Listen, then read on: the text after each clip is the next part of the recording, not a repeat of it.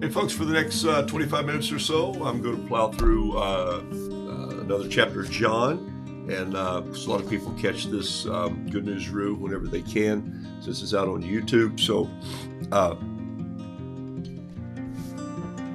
little story, and then I'm going to paint something. And or I've actually already sketched it, so I'm just going to show you kind of what has come to me as I kind of studied through it. And let me just pop in here and say hello. There we go. Top of the morning to you. And I feel like I got a little latency drag here this morning. We'll see what happens in just a minute. If it keeps doing this, dragging just a little bit. I think it could be me, but actually, gosh, gotta be praised. I'm feeling a little better. So music's going to wind down, and then I'm going to jump into this. Go about 25 minutes here, and then I'm going to wrap up, not wrap up, but go into another Patreon piece. Bottom of the hour, 9:37, something like that. Anyway, thanks for being on GoodNewRoo. Remember, you're listening to not a trained seminarian, not a called ordained pastor, just a man who knows that this word, God's word, needs to get more in my heart. And I do that in a very analog manner. And I actually put that in my notes, and I'll show you where I put that in my notes today.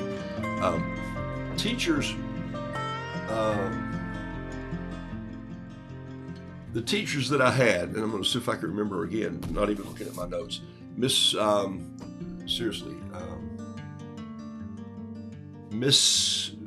Rowland, Miss Mabry, Miss Peters, Miss Slusher, that was her real name. Mr. Harris, no, he didn't do this. Mr. Harris was, he's way over here on my list.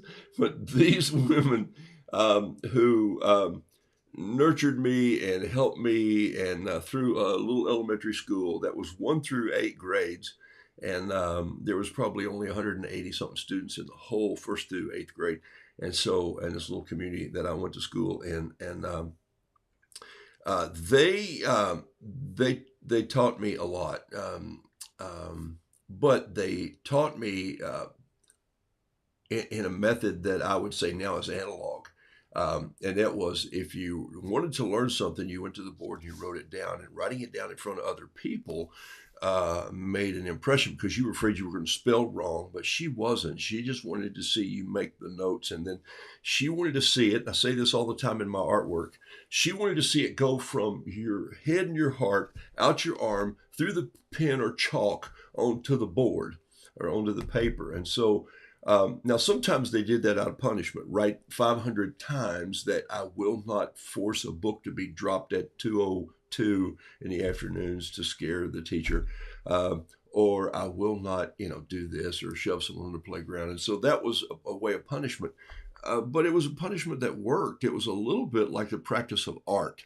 And I didn't know that now. I look at it now and I think that's pretty funny how we teach sometimes by repetition. That's exactly what we're doing here. We show up on Tuesday mornings, or I do. Some of you do. Many of you do online, actually, later in the course of the week, and who sees these. And I hope you get more than just some clown doodling on a page. I hope you get the message that's coming through. So here we go, just for a cup of tea. So about 25 minutes from now, we'll wrap this, but here we go. We're in John today, so thanks for being on the show. Those of you, I can see your names, Denise and June and Jean and Linda and Pat. Great to have you all here. I'm in the Gospel of John, according to John, his gospel, and this is, of course, the Scripture Journal. Some of you have asked me what we're going to do next, and I'm going to keep going with this, and I don't know. Honestly, this is not a cop-out. I'm really praying about it. I'm really asking God to just give me a little insight to say, what is it? Instead of, I know you might want to do Luke or Mark, or do I want to do Matthew again? Maybe. But the point is, you should do all of those on your own if you want to. Dig into them deeper. Don't stop. And you certainly don't have to show up here to be a part of it. But I'm going to keep winding my way through something. And I'll tell you next week when it arrives of something that I just ordered, that my son just told me about that's happening, and he's starting to do this. And so he ordered something too. But these are from These are still available at Amazon. This is I have Matthew laying here. That's the journal from Crossway Books.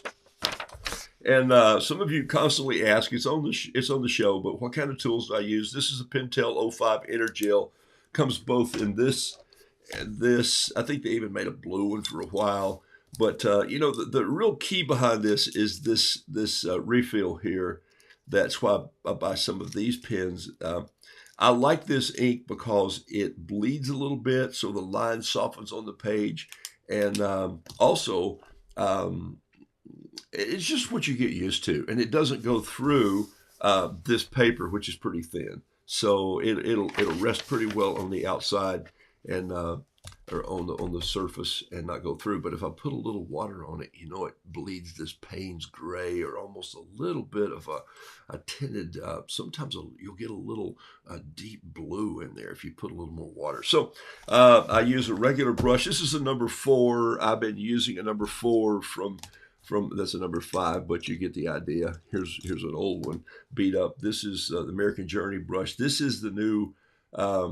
Well, it's not new, but it's new to me. This is a pseudo sable brush that I've been using. Very hair-like structure. It's not sable, but it's made to simulate that. And this is the same brush here that I carry in my pocket. It's also a number 4. It's just a portable brush, and I have 2 of these. I keep one in my bag and one in my pocket. Okay, let's move ahead. American Journey paints, and here's mine in my Altoid box. Keep another bigger set here. Last week we talked about, and thank you, Linda, appreciate that. Last week we talked about Jesus at the table with the disciples. They're all lounging there, and he takes his robe off, his outer garment, his wrap. He wraps a towel around his waist, and he grabs a basin and a pitcher, and he wanders around the table. Something you normally don't do at your when your guests come over for dinner. Most of the time, you probably don't do that. And he washed their feet, and they were a little embarrassed and felt a little strange about that, but he did it. And he did it for a purpose. He did it to show them, I didn't just come to serve. I didn't just come to be served. I came to serve. Let's say that correctly. I came to serve. And sometimes you can say you need to serve, you need to serve, you need to serve. But one of the best things you can do is just go serve people. And other people see you serving, and then they just join in. It's amazing what happens when you're at somebody's house and you say, I'll get those dishes. And they go, no, that's not your job. And they go, I know. That's what makes it fun. And you carry it in, and you have some men sometimes at my house, and they eat here on this thing we're doing, discipleship thing we're doing, and I'll just go around and grab plates. They go, no, I got this. And go, no, but some of them will get up anyway, and they'll take their plate, and they'll scrape their plate off, and they'll rinse it out, and they'll even say, hey, can we put this in the dishwasher? And I go, no, go back and join the meeting. I got it. But they'll want to move through that. And nobody said you got to take your plate. It's not like you do with your children. It just happens. And servants follow servants lots of times. So here we are. So Jesus does this to demonstrate. I just drew a simple basin, a foot coming down in it. Maybe he's holding the foot up like this, and maybe he's just letting the water drip there so there's not too big a mess on the floor. I don't know. I visualized this, how I saw it, and that's what I want you to put on your books. So we talked about that, and then we jumped into when he says, one of you will betray me. And what I drew there was, it looks like a little bit of a heart. I didn't mean it to do that. It's just a small piece of bread. Probably needs a few little more lines in it here, or some dimples to make it look a little more like bread. But Jesus breaks the bread, and then he hands it to Judas. He says, take it. And what you're going to do it quickly. The disciples, the other people around the table, wasn't really sure. He had just said, one of you at this table will betray me. Man, that's got to just, after he just washed their feet, that's got to send a dart through the room. Message for you, sir. And he goes like, whoa. So he dipped the morsel, he gave it to Judas, and he said, what you have to do it quickly. And he knew what was going to happen there, but the disciples didn't. But right after that, here's what he says. He says, and this is where I drew a circle around this last week, and I said, let's start at the new commandment. So we're going in at the end of chapter 13 into 14 today. And so it says, now the Son of Man, when the Son of Man is glorified and God is glorified in him, if God is glorified in him, God will also glorify him in himself. And he's going like, whoa, is this more of that double speak? Read it over and over until you realize that what he's saying is, this is my glorification. This is what I came for. Man is broken, and I came to put him back together. And in that, in the Father, in God the Father who loves all people, that's where the glory comes in. And, my painting was this painting, I think. I think I painted a glorification painting here. It basically says, this is where this comes from. This is him. I don't know if he stood like this or not. I remember, these are my concept of analog putting what I think on paper that reminds me of what he says here. The Son of Man will be lifted up. I have glorified it, and I'll glorify it again, was the voice that came out of heaven. God saying, Jesus, my son, you're doing what you're supposed to be doing. Boom, in that fine glory. And so now he's passing that on to the disciples as they sit around the table. Is there a better place to discuss life than at the table? I don't think so. Is there a better model that you see in Scripture? I don't think so. Every time Jesus sits down and breaks bread, every time he says, let's eat, every time the disciples are together fixing meals, there's this come to the table mentality of there's a seat for you, there's a seat for you, there's a seat for you. And so there's this incredible ability to pull in close. And what happens over good food and good bread, and right now I want some cornbread today.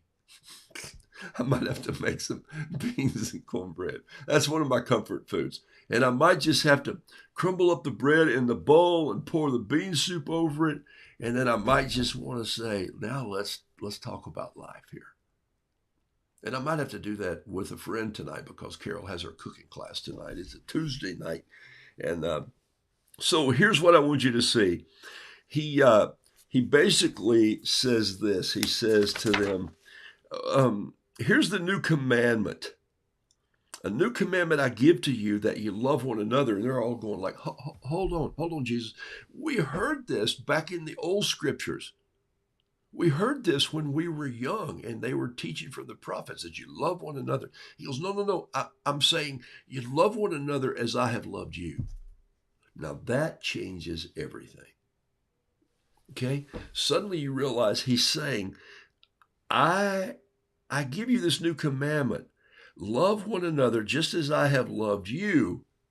Because if you do that, I'm paraphrasing there, you also are to love one another. So love one another as I have loved you, and then you'll love one another. By all this, people will know that you are my disciples. How do you know you're a believer? How do people know that you follow Jesus? How do they know that you're even, as we say, a church person? Well, you go to church. Well, you know that old story? Just because I live in a garage doesn't make me a car. Just because I go to church doesn't make me a believer or a Christian. It's a building that I go to, and I try to congregate and worship with other people, but that doesn't matter what's going on in my heart. So here he's saying over around the table, love one another as I have loved you. And then you'll really love others, and the world will know that you're one of my followers. I'm reading this book right now, and maybe the book is reading me, but it's blowing my mind. It's by Henry Nouwen, and this was a never published work by Henry Nouwen. Henry died many years ago, and his team in 2019 released a new transcript, a new book of some messages that they heard him give. And I really like it. Here's why. I think my son and I were talking about this because he said, Dad, I went and listened to some YouTube messages with Now, and I wanted to hear his voice. I wanted to hear him speak like he talked. So when I read this book, I could get into the voice. Man, that's pretty deep. Here these guys are sitting at a table with Jesus, and he's saying to them, love people like I love you, and then you'll love other people, and then the world will see that you're my disciples. That's really the nutshell where we are in chapter 13.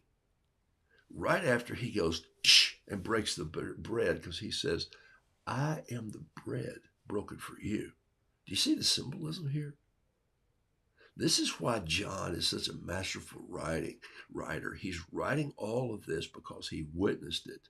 Remember what First John says? We saw him, we talked to him, we were there with him, and now we're telling you. And so here's John the beloved. That's how he referred to himself, the disciple that Jesus loved. You got to love that. So then I turn the page and I go into chapter 14, but there's a little more in 13 here that says, Simon Peter said, Lord, where are you going? Because he said, I'm going. He says, hey, where I'm going, you cannot follow me. I'm going to go with you, Peter says. I'm going to follow you, Lord. I'm going to follow you to the ends of the earth. He goes, hey, look, Peter, where I'm going, you can't go with me right now.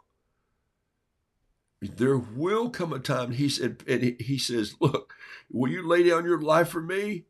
Because, Peter, I think before the rooster crows, you're going to deny me. Not just once, but 3 times. And Peter's going like, oh, man. It's like somebody taking all the wind out of your sails. Here's this buildup of love, and they're going, yeah. And they're feeling, he goes, but you can't go where I'm going right now. See, he had a cross to bear. He had a job to do. And now let's go into chapter 14, and I'll show you what I painted. It's going to surprise you, I'm sure, because it's not some great religious work of art. It's not, and it never will be in my style and in my books. It is a mnemonic, a tool, a remembering tool, a visual, a picture for me to reflect what it is that I'm reading over here. So in a heartbeat, I can open this up and I can go, boom. And then just for a fun legacy thing, who comes after me someday? Maybe the world goes on for years, and when I leave this planet, some grandson of a grandson of a grandson, granddaughter will pick this thing up and go, what was that guy thinking? And they'll find some notes, and it may take them to some place. He says, let not your hearts be troubled. Believe in God, believe also in me. In my Father's house, there are many rooms. You remember growing up, I grew up in a little Baptist church where they preached this. It said, in my Father's house are many mansions, and I've gone to build you one. I'm thinking, hey, I'll take a mansion. I mean, we lived in a little flat top house that my dad built in between building houses for other people. And it was, kind of 3 main rooms, a big kind of a dining room, kitchen, all one big room, a wood stove. Wasn't a wood cook stove, but it was a wood stove. We burned coal in it most of the time. And then there was a bedroom off to the side of my parents' bedroom. And then there was a little bed by the piano that my sister slept in. Then there was a bunk beds and, in this other little place. And so it was just a tiny little flat house, very modest, very humble. But I'm thinking, I'll take a mansion. But there's this great word that I learned in Israel, and the word was insula.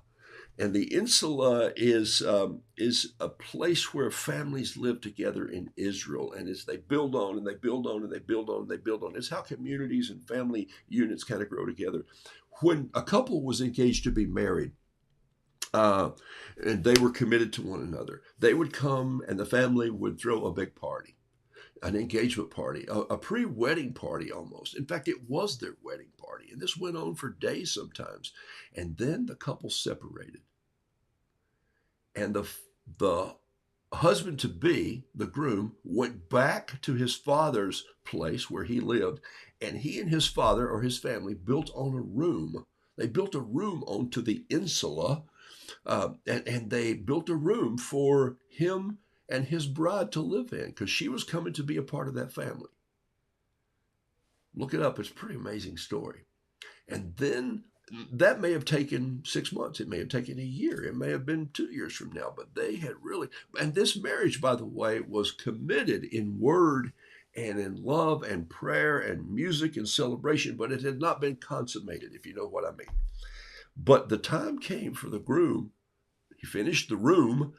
So the groom finished the room, and now he's on his way to pick up his bride and bring her back and consummate the marriage. And then another celebration takes place, because that's when the two are joined in union, and they go, yeah, we're together. That's how God made it work. And so God is the groom who says, I'm going to build this place for you. And so we can use that as a belief that says, wow, there's more to it than just Jesus coming and being a prophet and dying on the earth. He loves us so much that he wants us to live forever. So he's building a place onto the Father's house for us to have a place. That's pretty phenomenal when you start to study it and think about it. Remember, I'm not a trained seminarian, so I'm telling this in a storytelling way that I want you to go, oh my goodness, the God of the heavens, the Son, the Holy Spirit left here, that's coming back. We're going to paint that next week. The thing about it is that they're trying to figure this out, and he's saying, we got you covered. God wants you to be with him. He wants you to follow him now and love other people. And then he's going to come and get you and take you someplace else. So if we lived like heaven was a real place, we would live differently, I bet. I would. In my Father's house are many rooms. If it were not so, I wouldn't have told you. So I've gone to prepare a place for you, and I'll come again and I'll take you there myself, where I'll be there with you also. And you know where I'm going. And Thomas said, how can we know where you're going? We don't even know what's going on right now. There's Thomas coming through. All right. Jesus said, you do know. And Philip reiterates this. Philip says, we don't know. And yet, the truth is, they did know. They didn't know that they knew. We don't know the way. He goes, you do know the way. You just don't know that you know the way. And then he blows their minds by telling them this. I am the way. I am the truth. I am the life. And no one comes to the Father but through me. Philip said, Lord, show us the Father, and it is enough for us. And Jesus said to him, show him to you. Have I not been with you the last 3 years? Have we not dined at the table? Have we not broken the bread? Have we not walked around? Have you not seen what has happened? Were you not there when we fed the 5,000 with the bread and the fish? Were you not there when we fished on the other side of the boat? Were you not there when Lazarus came out of the grave? Were you not there when the blind men were made to see? And you just go on and you realize, oh, and they're going what we do. Sometimes we just sit there and we go, I don't know if I know what that means. Maybe we just don't give it enough time to sink in. And maybe it really is over our head. And maybe we've missed it because we're trying to think too deeply. And that's what I love about this Noun book that I'm reading. All right. Whoever has seen me has seen the Father. How can you say, show us the Father? Do you not believe that I'm the Father and the Father is in me? The words that I speak to you, they're not my own authority. They're the Father who dwells in me and does his work. Believe me, I and the Father I am in the Father and the Father is in me, or else believe on account of works themselves. Wow. Historical Jesus we believe in. Well, they believe the Bible. Baby Jesus we believe in, especially this time of year. We believe that there probably was a crucifixion. We believe in the resurrection. I hope we do. But do we really trust that Jesus is working in us now? And that's what John is trying to get through to these guys. I am with you now. I am the way. So here's what I painted today. And I'll see if I can blow it up just a little bit so you can see it here. And I'm going to give you the name of Henry's book, and I'm going to show it to you and share something with you out of it here in just a second. So I'm not holding that out for a reveal. I wanted to cover this. I wrote this here for Miss Rollins and Miss Mabry, Miss Peters, and Miss Slusher because they said write it down 100 to 500 times. Do something to get this. Whatever you have to do to get this, I am the way, the truth, and the life. Whatever you have to do to get to that and realize that, do it. Get there. That's a strong word. But why would I not say that? Because I believe this is why I paint through the Gospels, is so that I will go, oh, God speaks here. God speaks here. Can this be the Christ? God speaks here through the tabernacle. God speaks here. You remember when I walked on the water? Do you think that I'm not God? You see, when they start to put it all back together and you get out of the fray sometimes and you pull back and you realize, could it be this simple that there's really nothing that we can do to obtain this on our own? That God has given us this if we just trust and believe in Him? Did you ever watch the movie? It's one of those National Treasure movies, maybe called the National Treasure, with Nicolas Cage, who's been in every movie in the whole wide world, I think. But the point is, there's the truth lies in Charlotte. You know, remember they're chasing this they're chasing this treasure, and they're chasing the gold, and there's a meerschaum pipe, and there's a little scroll that's written on the pipe handle, the cork that goes in, and so it's traded all around, and it moves around the show and the film. And even the first time I watched this, I thought, what are they going to do with this pipe? Why is that pipe in there? You know, when they introduce something that they make a note of in a film, the writer says, what is this? A meerschaum pipe, and it goes through the whole process. So here's the thing. I've probably used this before in some of my illustrations, but I love this thing where at the end, when they're all down in the hopes, they're down in the dumps, their hope is broken, their faith is broken, they're sitting there crying in their soup, in their beans and in their bread, and they're crying and they're going like, how can it be? We don't understand. We don't know this. And suddenly he looks over and he sees this shape, and he looks up at the wall, and he reaches in his pocket and he pulls out that part of the pipe, and he looks at it and looks at the wall, and he goes, could it be that simple? And he puts it in, and then he pushes in the pipe handle and he turns it, and the treasure room opens up. My point is this: I'm not oversimplifying that the God of the universe came in baby form and lived his life and taught these men to be disciples and pleaded with them to love others, and then left them to start the church and the discipleship of the world. That's not simple. But the concept of believing and having faith, could it be that simple that we just say, I don't understand it all, but I think that's what I should follow. That's where a relationship starts. And he spent his time building relationships with people. You're going to understand how I do my workshops in art a lot like I do my Bible studies. You got to have a relationship with the tools. You have to have a relationship with people. You have to have a healthy community. I'm going to talk about today in Patreon. So here's the book right here. So this is it. And by the way, it says right here, 500 times, Peter and Philip, me and the Father are one. I am he is me. He is me, I am he. I am the Father, I am the Father. The Father is in me, I am in the Father. I am the truth, I am the way, I am the light. Write it 500 times. Whatever it takes for you to get that phrase down.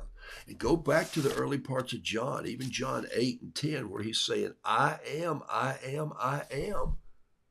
I am. Not I will be, not I was, not I shall be in the future. I am now, which covers all the tense. And that's who he is. So I have chosen to follow him. And this is one of the books that I read this book in a setting. And what I mean is I just put it down and I read it. And then I went back and I read parts of it. Now I'm reading it again, and I'm reading it very slow. It's called Following Jesus. It's by Henry J.M. Nouwen, Nouwen. It's called Finding Our Way Home in an Age of Anxiety. If there ever was an age of anxiety, this is it. So I'm going on record here, recommending this book.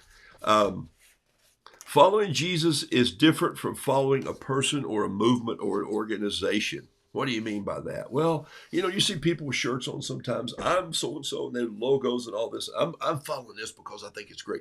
Following Jesus is different. It's easy to get involved in a movement of following someone. But when we're talking about following Jesus, that's a little bit different. And I'm not gonna go into this, except I'm going to tell you that when Jesus says, follow me, something very different is happening. We enter into a different way of following because it is a call away from me, what I'm doing. I'm doing this organization. I'm helping them. I'm following them. I'm going with them. It's different than that because it's a pull away from me and a pull toward God. You see the difference? Consider that. Think about that. That's worth the price of this book. When I'm following God in a different way, it's getting me out of the focus and saying, I'm going to follow that person. That's what he's trying to explain to Thomas. That's what he's trying to explain to Peter. That's what he's trying to explain to Philip. When Philip said, we don't know. And he goes, you know, you just don't know that you know. I am the way. But where's the way? I'm the way. But I don't see the way. I'm the way. Where could the way be? I'm the way. Okay? So you see, that's what I love about storytelling. Oh my gosh, I love storytelling so much. All right. Step, step, step, step, step. Those of you here on Patreon, listen to that. I'm going to use it again this morning. Here's a prayer I want to finish with today. This book is one of my favorite books. I'm just going to tell you that right now. Okay? Man. I would not read this book without a pencil somewhere and make some notes. I just wouldn't. Here's a prayer to finish on today. Help me in this moment to set aside all that has preoccupied me today. Take away the many fears and rage around me. Whew. Turn the news off. You just get angry. Take away the many feelings of insecurity and low self-esteem, and let me be shaped by you. He uses this phrase now and does, the Lamb of God. Whoa, what does John use? Look, James, look, Andrew, look, John. There's the Lamb that takes away the sins of the world. That's him. And they start following. Help me to enter more deeply into your silence, where I can listen to you and hear you and how you call me and find the strength and courage to follow you. Whoa, that is a line packed with worth of prayer. This is on page 31 too, by the way. I ask you to be with me, and I ask as I listen to your word and come into deeper understanding of your mystery of calling me to follow you. And he closes it off with this line, be with me now and always. And that's already a promise. God has already said, I'm with you. But I love it that you reinforce it and you say it and you repeat it and you repeat it. Now and always. Now and always? He goes, always? I'm going to build you a house. I'm taking you with me when I come back. For those of you who follow me and believe me and trust in me and have faith in me. That's the gospel. Nothing that we could do. Nothing that we could build. Well, I'm a carpenter. I'll build my own house. No, it's already built. Well, I'll find my own road. There's no road. I am the way. Okay? That's the gospel in a nutshell. You kind of heard it today. And I hope you keep listening and drawing small pictures that remind you of what? Thank you to my first, third, second, fifth, and sixth grade teachers who made me write things on the wall that I remembered. Write something down so you'll remember it. I'm out of here like a herd of turtles. I'm grateful for you guys. Thank you for being a part of GoodNewRoo. And for those of you who are on Patreon, we start in about 5 minutes from now. So I'll see you soon. Name of Henry's book. I think you got it all right. Yep. Okay.